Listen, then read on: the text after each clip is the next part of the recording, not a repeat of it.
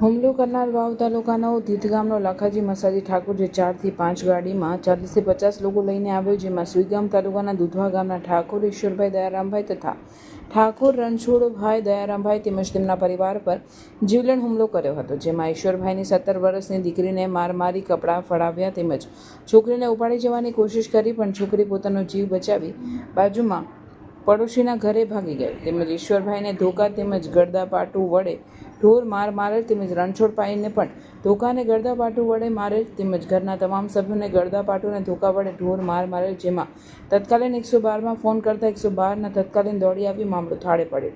જોકે 40 થી 50 લોકો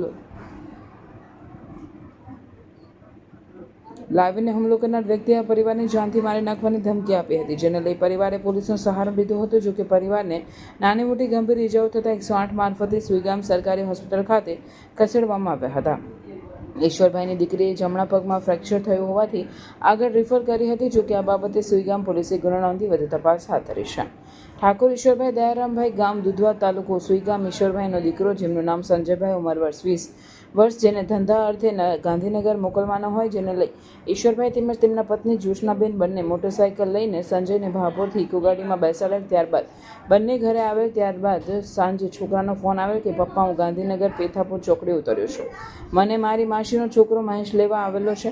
ત્યારબાદ બીજા દિવસે ફોન કરતા ફોન સતત બંધ કરતા પરિવારને ગુમ થયો હોવાનું જાણવા મળેલ, જેમાં એ જ દિવસે વાવ તાલુકાના તીત ગામના લખાભાઈ મસાભાઈની દીકરી નામે ઓમિયાબેન, જે પણ તીત ગામ નજીકની કોલેજ પાસેથી ગુમ થયેલ, જેમાં દીકરીના પપ્પાનો દુધવા ગામે લાખાભાઈના સાડી અલકાબેન પરણેલ હોય અને સંબંધિત હોય, જેમાં અલકાબેનના જેઠ ઈશ્વરભાઈ ના છોકરા પર તીત ગામના દીકરીના પપ્પા લાખાજી મસાજી ઠાકોર, જેની શંકા ઈશ્વરભાઈના દીકરા પર થયેલ, જેમાં દીકરીના પપ્પા લાખાજી મસાજી ઠાકોર દ્વારા દુધવા ગામના ઈશ્વરભાઈને ધમકી આપેલ કે તારો છોકરો મારી દીકરીને ભગાડી ગયેલ છે, જો તું ગોતી નહીં આપે તો અમે તારી દીકરીને ઉપાડી જઈશું.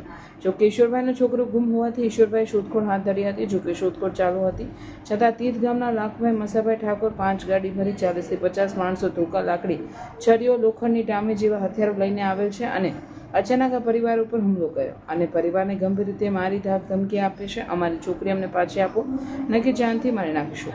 જોકે આ બાબતે તત્કાલીન 112ને ફોન કરતા તત્કાલીન દોડી આવે છે અને મામલો થાળે પડે છે. જોકે આ વિષય ઉપર સમાજના આગેવાનો ઘરે ઉપસ્થિત હોય છે, છતાં તેમની હાજરીમાં હુમલો કરી મારે છે. ત્યારબાદ આ પરિવાર 108 દ્વારા સુઈગામ સરકારી હોસ્પિટલ ખાતે સારવાર લે છે અને પોલીસ સ્ટેશન ખાતે ફરિયાદ નોંધાવી હતી.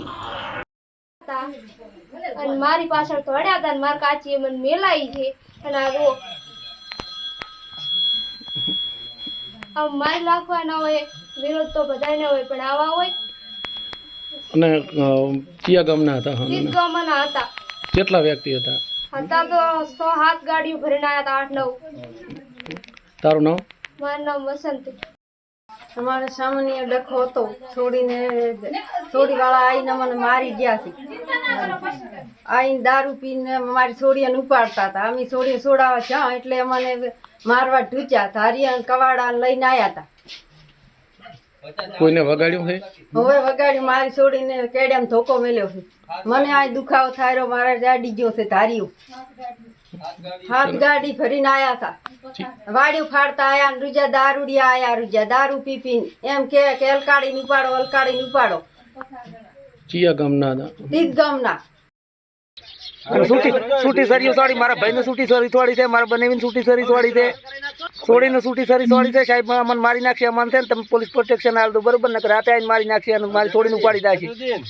પછી આદમી હતા ધોકા, બધાના હાથમાં ધોકા હતા. પછી આદમી મારા માથે પડી ગયા હતા, પણ ઉસણવાળા બધા અમુક આવીને મને મેલાયો અને લઈને દોડ્યા મને. ઉસણના આવીને બધા મને બસાયો છે બરોબર, ને કે મને મારી નાખો ને મારી છોડીને ઉપાડી દો પરા.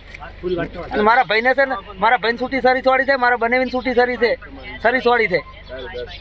અને મને ખૂબ માર્યો છે, હું બેહી શકતો નથી, મને ખૂબ ધોકા માર્યા છે. બધા દારૂ પીને આવ્યા હતા બરોબર, બધા પીધેલા હતા.